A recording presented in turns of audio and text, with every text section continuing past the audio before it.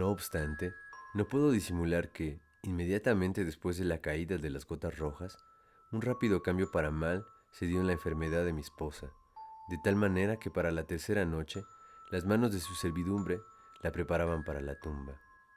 Y en la cuarta, yo estaba sentado, solo, con su cuerpo, envuelto en el sudario, en esa habitación fantástica que había recibido a la joven esposa. Extrañas visiones engendradas por el opio revoloteaban como sombras alrededor de mí. Yo lanzaba un ojo inquieto sobre los sarcófagos en las esquinas de la recámara, sobre las figuras móviles de la tapicería y sobre los resplandores vermiculares de la lámpara del techo. Mis ojos cayeron entonces, al tiempo que yo recordaba las circunstancias de esa noche, sobre el mismo punto del círculo luminoso donde había visto las huellas ligeras de la sombra, pero no estaba más, y respirando con más libertad, volqué mis miradas hacia la pálida y rígida figura tendida sobre la cama, y volvió a mi corazón con la tumultuosa violencia de la marea, todo ese inefable dolor que había sentido cuando la había visto a ella también, en su sudario. La noche avanzaba, y todavía, con el corazón lleno de pensamientos amargos, de los que ya era el objeto, ella, mi único, mi supremo amor, yo permanecía con los ojos fijos sobre el cuerpo de Rowena. Pudo haber sido medianoche, quizás más temprano, o más tarde, porque no había tomado cuidado del tiempo, cuando un sollozo muy bajo, muy ligero, pero muy claro, me sacó de mi somnolencia. Sentí que venía de la cama de ébano, del lecho de muerte. Escuché con angustia de terror supersticiosa, pero el ruido no se repitió. Forcé mis ojos para descubrir cualquier movimiento en el cuerpo, pero no aprecié ninguno. Sin embargo, era imposible que me hubiese equivocado. Había escuchado el ruido, débil ciertamente, pero mi espíritu se había despertado. Mantuve resuelta y obstinadamente mi atención, clavada sobre el cadáver. Transcurrieron algunos minutos, sin que ningún incidente pudiera aclarar un poco las cosas sobre ese misterio. A la larga, fue evidente que una ligera coloración muy débil había subido a las mejillas y se había filtrado a lo largo de sus pequeñas venas, deprimidas de los párpados, bajo la presión de un horror y terror inexplicables, para los que el lenguaje humano no tenía expresión suficientemente enérgica. Sentía mi corazón dejar de latir y a mis miembros paralizarse, en el lugar donde estaba sentado. Sin embargo, un sentimiento de deber finalmente me devolvió mi sangre fría. No podía seguir dudando que habíamos hecho prematuramente los preparativos funerarios. Rowena aún estaba viva.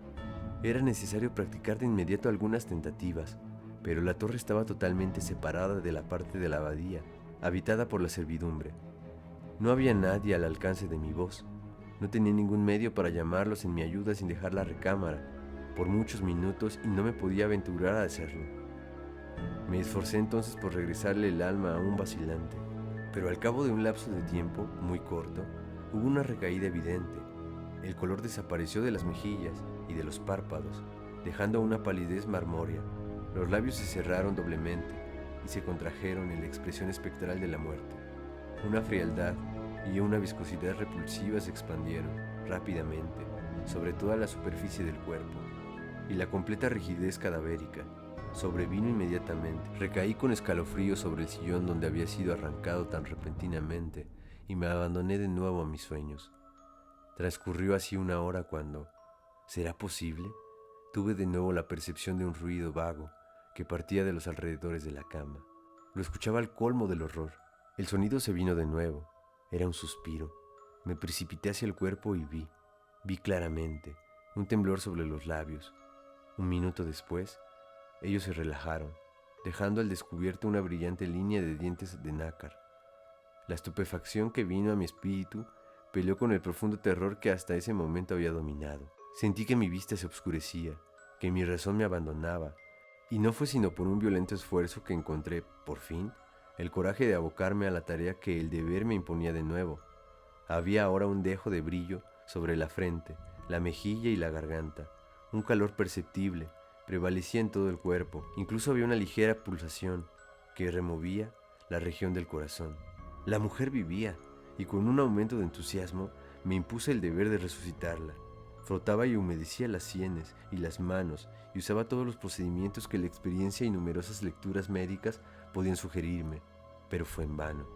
Repentinamente, el color desapareció, la pulsación cesó La expresión de muerte regresó a los labios, y un instante después, todo el cuerpo tomaba su frialdad de hielo, su tono lívido, su rigidez intensa, su contorno abatido y todas las repugnantes características de aquello que había sido ya, por muchos días, habitante de la tumba. Y de nuevo, qué maravilla el estremecerme al escribir estas líneas. Un aliento ahogado vino a mi oído desde la cama de ébano. Pero, ¿para qué detallar minuciosamente las inefables horrores de esa noche? ¿Por qué contar cuántas veces, golpe tras golpe, casi hasta la madrugada, se repitió ese repugnante drama de resucitación? Cómo cada espantosa recaída se volvía una muerta más, rígida y más irremediable. Cómo cada nueva agonía parecía una lucha contra algún adversario invisible, y cómo cada lucha era seguida de no sé qué extraña alteración en la fisonomía del cuerpo. Me apresuro a terminar. La mayor parte de la terrible noche había pasado, y la muerte se movió de nuevo, y esta vez más enérgicamente que antes, aunque se despertaba de una disolución más espantosa e irreparable. Yo había cesado, desde hacía un largo rato, todo esfuerzo y movimiento, y permanecí clavado en el sillón otomano, desesperadamente sumergido en un torbellino de emociones violentas, de las cuales la menos terrible quizás, la menos devoradora, era el supremo horror. El cuerpo, lo repito, se movía ahora más vigorosamente que antes.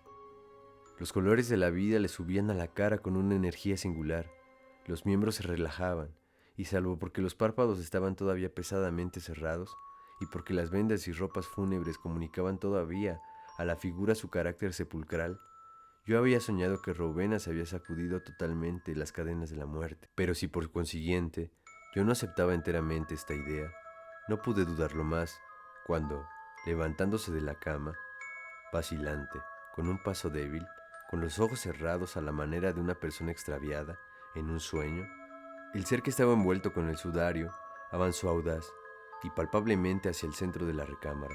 Yo no temblé, no reaccioné, pues una masa de pensamientos inexpresables, conectados con el aire, la estatura y el porte del fantasma, abalanzándose de improviso por mi cerebro, me paralizó, petrificándome.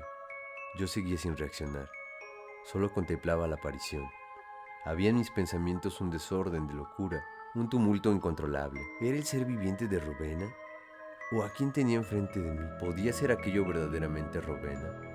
Lady Rowena Trevanion de Tremaine, la de cabellera rubia y ojos azules. ¿Por qué?